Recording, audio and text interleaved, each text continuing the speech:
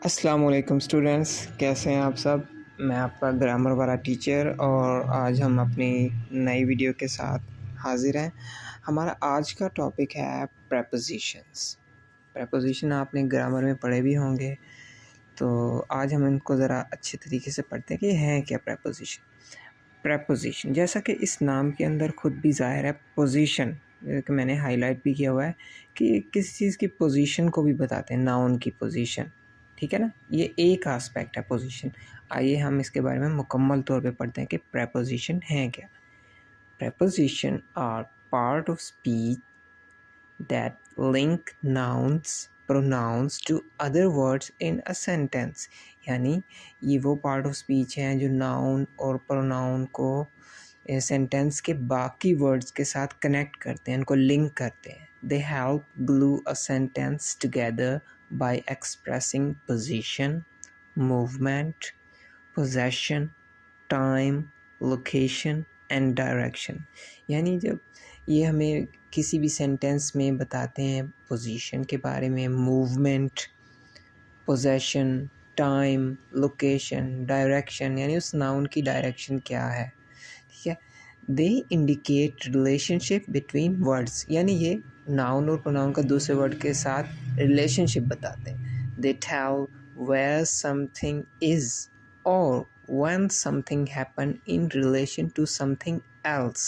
ठीक है, यानी कोई भी चीज़ कहाँ पर है और वो कब हुई, दूसरे चीज़ों के साथ उसको जब रिलेट किया जाए। जैसे the book is on the table, किताब कहाँ पे है, ऑन द टेबल, टेबल पर है। ठीक है, दे आल्सो टेल पर्पस और कंट्रास्ट, ये हमें किसी चीज़ का मकसद भी बताते हैं, कंट्रास्ट भी बताते हैं। जैसे कि एग्जाम्पल में लिखा है we went for a walk, हम वॉक पर गए।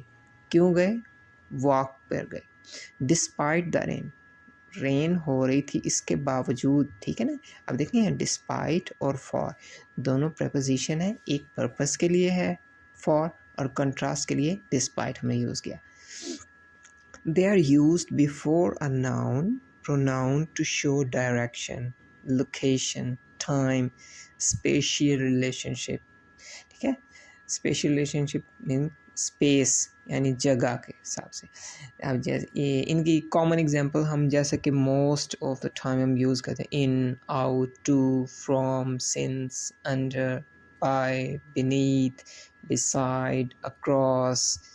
ठीक है, ये इनकी कॉमन एग्जांपल है जो हम रोज़मर्रा के अपने इंग्लिश सेंटेंस में यूज़ भी करते हैं।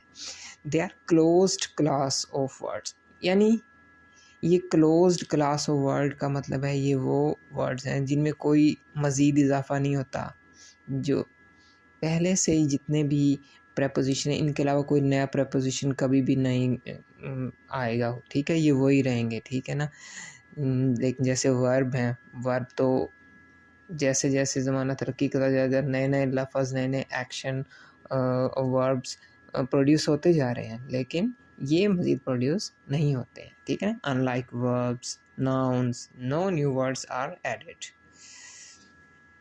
इसके बाद preposition do not follow rules all the time, they had to be memorized। इनका कोई ख़ास स्पेसिफिक रूल नहीं होता। ठीक है ना, कुछ रूल्स हैं, ठीक है, वो हम आगे पढ़ेंगे, लेकिन ज़रूरी नहीं कि ये मुकम्मल तौर पे ही रूल को फॉलो करें। ठीक है, इनको हमें मेमोराइज़ करना पड़ता है।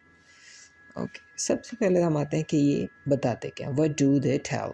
सबसे पहले आएगा टाइम, जैसे in the evening, at 8 PM, on Tuesdays. ठीक है ना, ये वन पॉइंट इन टाइम है। ठीक है ना, ये फिक्स टाइम है, इवनिंग स्पेसिफिक टाइम है, फिक्स टाइम है, इन आ गया। ठीक है ना, at 8 PM specific fix time है, एट ऑन ट्यूसडेज। ठीक है ना, ऑन ट्यूसडेज यानी ट्यूसडे स्पेसिफिक डे है तो हमने ऑन यूज़ किया है।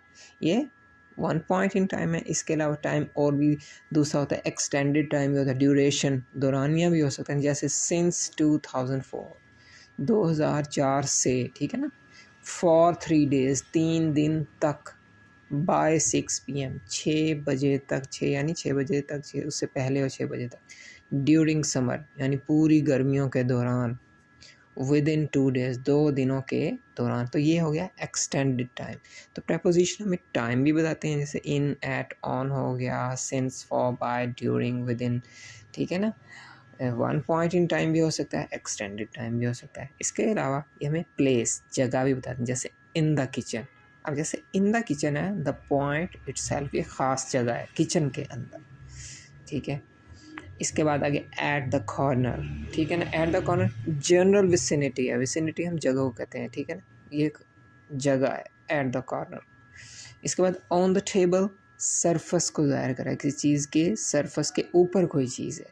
इनसाइड द रूम का मतलब है समथिंग कंटेन, कोई चीज़ किसी जगह के अंदर है, inside the room. Over the town, above the ground, ये हमें बताते हैं कोई चीज़ किसी हायर देन अ पॉइंट, किसी एक नुक्ता से, किसी एक जगह से ऊपर। इसके अलावा below ground, under the chair, beneath the tree, ये हमें बताते हैं बिलो देन अ पॉइंट, किसी ख़ास चीज़ से नीचे, ग्राउंड से नीचे, चेयर के नीचे, दरख्त के नीचे। ये हम ये भी बता सकते हैं किसी चीज़ के पास, जैसे बाय द शॉप, दुकान के पास, नियर द हाउस, घर के करीब, नेक्स्ट टू द शॉप, दुकान के बिल्कुल साथ, अगले वाला, ऑपोजिट द कॉलेज, कॉलेज के बिल्कुल सामने, ठीक है। ये हमें लोकेशन भी बता सकते हैं, जैसे in the city, in the city अब कोई ख़ास एरिया होगा, ठीक है। एट द लाइब्रेरी अब पॉइंट है, ऑन द साइड टेबल एक सरफस है, ठीक है ना।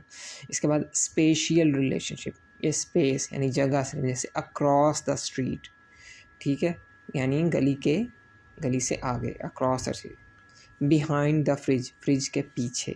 With in the box, box के अंदर। प्रेपोजिशन,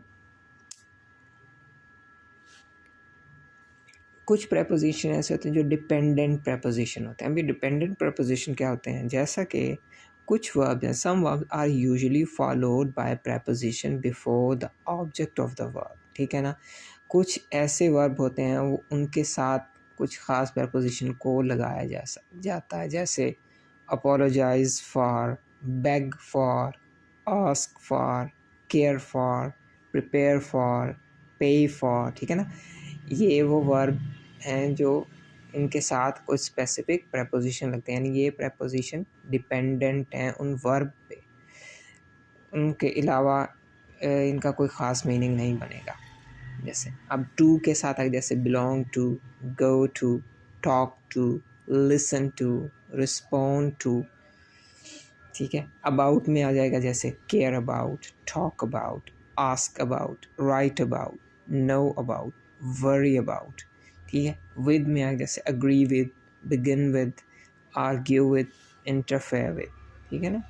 तो it is a matter of practice and more practice to remember their uses. इनका इस्तेमाल कैसे करना है, इनको बार बार प्रैक्टिस करनी होगी, तभी जाके हमें सही तरह से ये याद होंगे। इनके 2 इम्पॉर्टेंट रूल्स हैं जो कि हमें याद रखने चाहिए। 2 important rules to be remembered.